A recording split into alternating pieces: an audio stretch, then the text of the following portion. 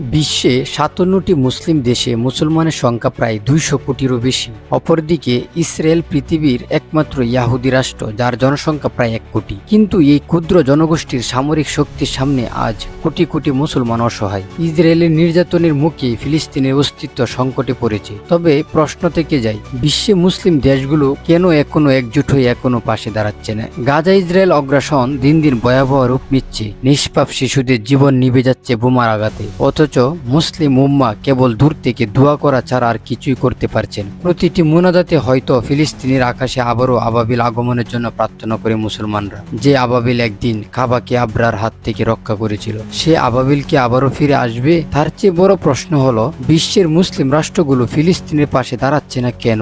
যেখানে পশ্চিমা বিশ্বের সমর্থনে ইসরায়েল ফিলিস্তিনের অস্তিত্ব মুছে দিচ্ছে, সেখানে মুসলিম দেশগুলো কেন ঐক্যবদ্ধ হয়ে তাদের পাশে দাঁড়াতে পারছে না? চলুন এর কিছু কারণ খুঁজে বের করা যাক।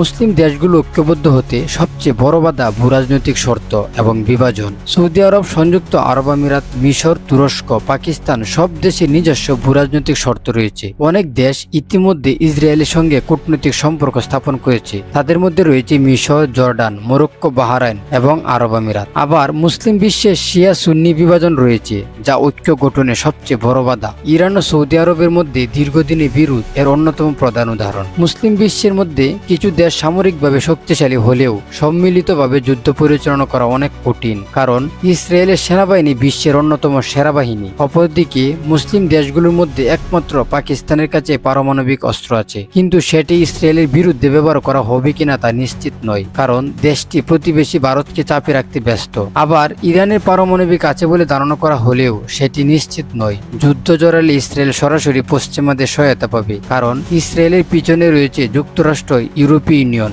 যুদ্ধ হলে যুক্তরাষ্ট্র শুধু অস্ত্র নয়, সরাসরি সামরিক সহায়তাও দিবে। সে সঙ্গে মুসলিম দেশগুলোর বিরুদ্ধে অর্থনৈতিক নিষেধাজ্ঞা ও সামরিক প্রতিরোধ গড়ে তোলার সম্ভাবনা অপ্রবল। অন্যদিকে মধ্যপ্রাচ্যের দেশগুলোর অনেকের অর্থনীতি পশ্চিমা বিশ্বের উপর নির্ভরশীল। সৌদি আরব, সংযুক্ত আরব আমিরাত, কাতার সহ অনেক দেশ ইসরায়েলের সঙ্গে বাণিজ্যিক সম্পর্ক তৈরি করেছে। সরাসরি যুদ্ধে জড়ালে দেশের অর্থনীতি মারাত্মকভাবে ক্ষতিগ্রস্ত হতে পারে। মূলত এসব কারণে মুসলিম দেশগুলো ফিলিস্তিনের পাশে দাঁড়াতে চায় না।